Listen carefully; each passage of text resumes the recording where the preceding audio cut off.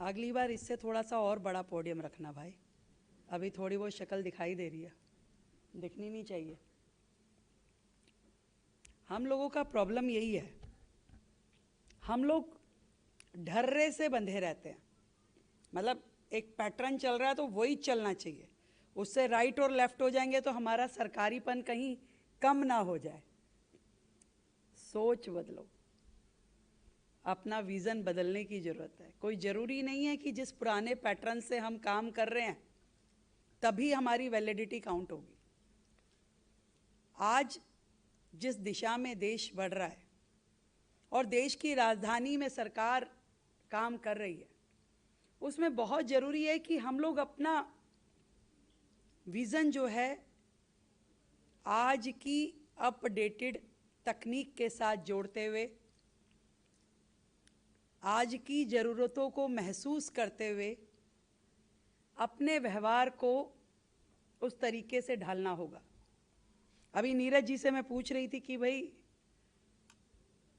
हमारे जो लोग आज तहसीलदार और सब रजिस्ट्रार की जिम्मेवारी संभालने वाले हैं, तो ये लोग पहले कहाँ कहाँ थे। तो उन्होंने मुझे बताया कि अलग अलग विभागों में काम कर रहे थे। और वैसे मेरा जीवन में तहसीलदार सब रजिस्ट्रार इस कैटेगरी से कम पाला पड़ा है। कभी एक आधी बार कभी गए होंगे, कभी कुछ प्रॉपर्टी वगैरह रजिस्टर कराने। तो जाते ही बिल्डिंग में सबसे ज़्यादा सरकारी यदि कहीं लगता था तो वो आपके एसडीएम ऑफिस में, तहसीलदार ऑफिस में या रजिस्ट्रार ऑफिस में लगता है। बिल्कुल टिपिकल सरकारी, कि आदमी घुसते ही हाँ भी ये कोई सरकारी बिल्डिंग है। लिफ्ट ठीक ना होना उसकी पहली निशानी है, यहाँ वहाँ पान की पीक होना दूसरी निशानी है, ऐसा लगे कि 4-5 दिन हो गए सफाई को तो वो तीसरी निशानी है, आपस में गप्पे मारते हुए लोग दिखाई दे तो चौथी निशानी है, कि यहाँ बैठी अभी लंच टाइम है, करेंगे करेंगे, और घड़ी की सुई देखते ही लोग निकलना शुरू हो जाए वो पांचवी निशानी है। बाहर ऑफिस के बाहर लोग ऐसे नज़र आए जो आपको कहें कि क्या करना है बताओ, मुझे बताओ, अभी करा देता हूँ, वो छठी निशानी है। पता चल जाता है कि ये सरकारी तंत्र चल रहा है, इसमें अंदर वाले की पावर कम और बाहर खड़े हुए व्यक्ति की पावर थोड़ी ज़्यादा दिखाई देती है। वो आपको 10 मिनट में ही आप जो चाहते हैं वो करके ला के दे देता है, कहता है लो बताइए हो गया है, और सेवा बताइए क्या करना है। जो काम अंदर बैठ के अधिकारी मना करता है कि ये तो असंभव है, हो ही नहीं सकता है, और बाहर वाला व्यक्ति उसको कमिट करके लाके दे देता है। ये तंत्र है हमारा, इस तंत्र को बदलने की ज़रूरत है।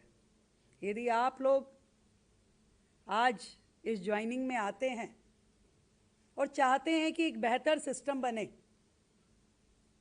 उस बेहतर सिस्टम में लोग आपका भी सम्मान करें और सरकार को भी इज्जत के नज़र से देखें, तो कहीं ना कहीं इस पूरे ट्रेनिंग मॉड्यूल में एक एस्पेक्ट जो है वो व्यवहार का होना बहुत ज़रूरी है।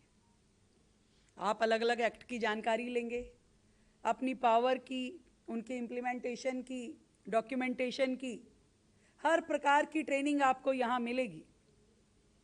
क्या करना है वो सब बताया जाएगा, पर क्या नहीं करना है वो मैं बताना चाहती हूँ। क्या करना है ये लोग बताएंगे, पर क्या नहीं करना ये जरूर मैं कहना चाहूँगी। भाई बिल्कुल सिरे से छोड़ दीजिएगा, कम से कम आपका दफ्तर एनर्जी से भरा हो, काम करने की इच्छा दिखा रहा हो, और कोई आपके पास आए उसकी प्रॉब्लम समझते हुए तरीके से, कानून के माध्यम से, with in the periphery of your domain आप उस काम को करें और उसको पॉजिटिव रिस्पॉन्स दें कि हाँ मैं आपकी प्रॉब्लम समझ रहा हूँ और इसका समाधान भी आपको सजेस्ट करता हूँ। क्योंकि बहुत सेंसिटिव इशू आपके पास आते हैं, लैंड से जुड़े हुए, ऑनरशिप से जुड़े हुए, राजस्व से जुड़े हुए, और आपको बहुत समझदारी से उन विषयों को समझना, क्योंकि हर व्यक्ति सही है जरूरी नहीं है, पर हर व्यक्ति बेईमान है ये भी जरूरी नहीं है।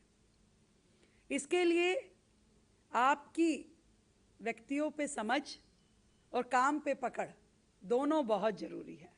जब आपने ये समझ लिया कि ये व्यक्ति सही है और इसकी मदद करनी ही चाहिए, तो आप समाधान भी खोज लेंगे, बजाय उसको केवल नियम बताने के कि भाई ये नियम है और ये तो हो ही नहीं सकता है। आज राजस्व विभाग पूरी तरीके से सरकार का वो चेहरा है जो डायरेक्टली पब्लिक से कनेक्टेड है। डायरेक्टली आप रोज लोगों से मिलते हैं, आपका वो व्यवहार चाहे आपने अच्छा किया या बुरा किया, सीधा सीधा ये जाता है कि सरकार तो वो है जो आप कर रहे हैं। आप ईमानदारी से पब्लिक को अटेंड करें, लगता है सरकार बड़ी ईमानदार है। आप थोड़ा सा राइट से लेफ्ट हो गए तो लोगों को लगता है भाई सरकार ऐसी ही है। हर व्यक्ति सोचता है अरे नीचे से ऊपर तक जाता है भाई, अगर इसने थोड़ी सी भी सेवा बता दी है तो समझिए यह सेवा ऊपर तक जाने वाली है। और ये मैं आप लोगों से विनम्रता से कहना चाहती हूँ, इस चीज का विशेष ध्यान रखना है कि आपके किसी भी काम से इस तरह का इंप्रेशन कोई ना लेके उठे। ईश्वर की बड़ी कृपा है, आप अपने क्वालिटी के साथ में, आप अपने टैलेंट के साथ में धीरे धीरे बढ़ते हुए यहाँ तक आए हैं कि सरकार आपको एक बहुत महत्वपूर्ण जिम्मेवारी पर लेके गई है। और इस जिम्मेवारी पे रहते हुए जितना अच्छा काम आप करेंगे, जनता में एक पॉजिटिव, मुझे अभी पीछे कोई मिला कह रहा अरे आपके वो रजिस्ट्रार है बहुत ही बढ़िया काम कर रहे हैं। अच्छा काम बोलता है, आप ये मत सोचिए कि अच्छा काम नहीं बोलता या बुरा काम कहीं सुनाई नहीं देता। छोटी सी दिल्ली है, बहुत छोटी है, आप कहीं जाएंगे आपकी मूवमेंट इतनी, और आपकी दिक्कत ये भी है कि आपके मुख्यमंत्री मोबाइल थोड़ी ज़्यादा है, हर जगह पे जाती है, कार्यक्रमों में जाती है, लोगों से मिलती है, अप्रोचेबल है, तो लोग कान में कुछ ना कुछ डाल ही देते हैं, अच्छाई भी डालते हैं बुराई भी डालते हैं। अच्छा होता है अरे आपका डीएम वो बहुत बढ़िया काम कर रहा है, वो एसडीएम बहुत अच्छा काम कर रहा है, और थोड़ा सा खराब होता है तो अरे हम गए थे उस काम के लिए और ये कर दिया, बताइए ऐसे कर दिया। अब कहेगा तो तुरंत हम पूछेंगे बताइए कौन है भाई, अब कौन है, नाम भी पूछेंगे, काम भी पूछेंगे, क्या हुआ ये भी पूछेंगे। अब जब इतनी बात आ जाएगी पास में तो भाई क्या करेंगे, मेरी जगह आप होगे तो क्या करोगे, आपको समझना ही पड़ेगा कि कहाँ दिक्कत है। और उस दिक्कत के कारण से यदि पूरे के पूरे सिस्टम पे कोई उंगली उठाए तो भाई ये तो नहीं हो सकता, ऐसा क्यों करेंगे हम। तो ये बहुत महत्वपूर्ण है कि जब देश के प्रधानमंत्री से लेकर के सरकार का हर व्यक्ति, हमारे सभी अधिकारी, हमारे एसीएस महोदय, हमारी सेक्रेटरी महोदय, हमारे डिफकॉम साहब, हर व्यक्ति मेहनत कर रहा है कि किसी भी आपदा की स्थिति हो या प्रशासनिक जिम्मेवारी हो, हम सरकार में है उसका एक पॉजिटिव इम्प्रेशन जनता तक जाए, वो ढर्रे पे चलती हुई सरकारें ना दिखाई दे, लगे कि हाँ आज एनर्जेटिक युवा टीम जिसने जिम्मेवारी संभाली है वो काम। मुझे बड़ी खुशी होती है, मैंने इन 6 महीनों में 2-3 काम अपनी रेवेन्यू टीम को दिए और उन्होंने बेहतरीन तरीके से किए, मार्वलस, एक भी शिकायत मुझ तक नहीं पहुंची। मुझे इतना आनंद आया, मुझे लगा कि यस ये वो लोग हैं जिन पे मैं रिलाई कर सकती हूँ। चाहे हमने कोविड के समय में उनको सिंगल विंडो सिस्टम पे परमिशंस ला के देने का काम दिया, एक ही दिन में सोसाइटी रजिस्टर्ड करने का काम दिया, आपदा में जब अभी बाढ़ आई तो रिलीफ कैंप लगाने का काम दिया, हर काम आप लोगों ने बेहतरीन किया।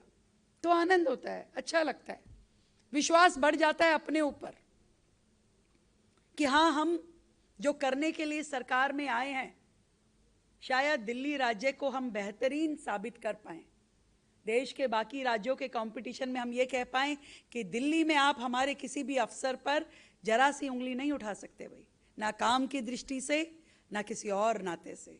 हमारे ऑफिसर्स पूरी तरीके से ईमानदार हैं, मेहनती हैं और बहुत ही संवेदनशीलता के साथ में विषय की समझ रखते हैं।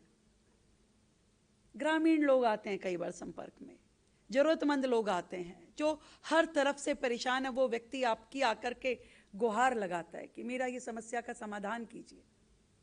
जब आप अपनी ही परेशानियों में घिरे रहोगे तो उसकी समस्या का समाधान नहीं कर पाओगे। मैं ये मानती हूँ कि आपको अभी अपने आसपास सुविधाओं की कमी हो सकती है, स्टाफ की कमी हो सकती है, एटमॉस्फेयर की कमी हो सकती है। आप यकीन मानिए, उन सभी कमियों को दूर करना मेरी पहली प्रायोरिटी है।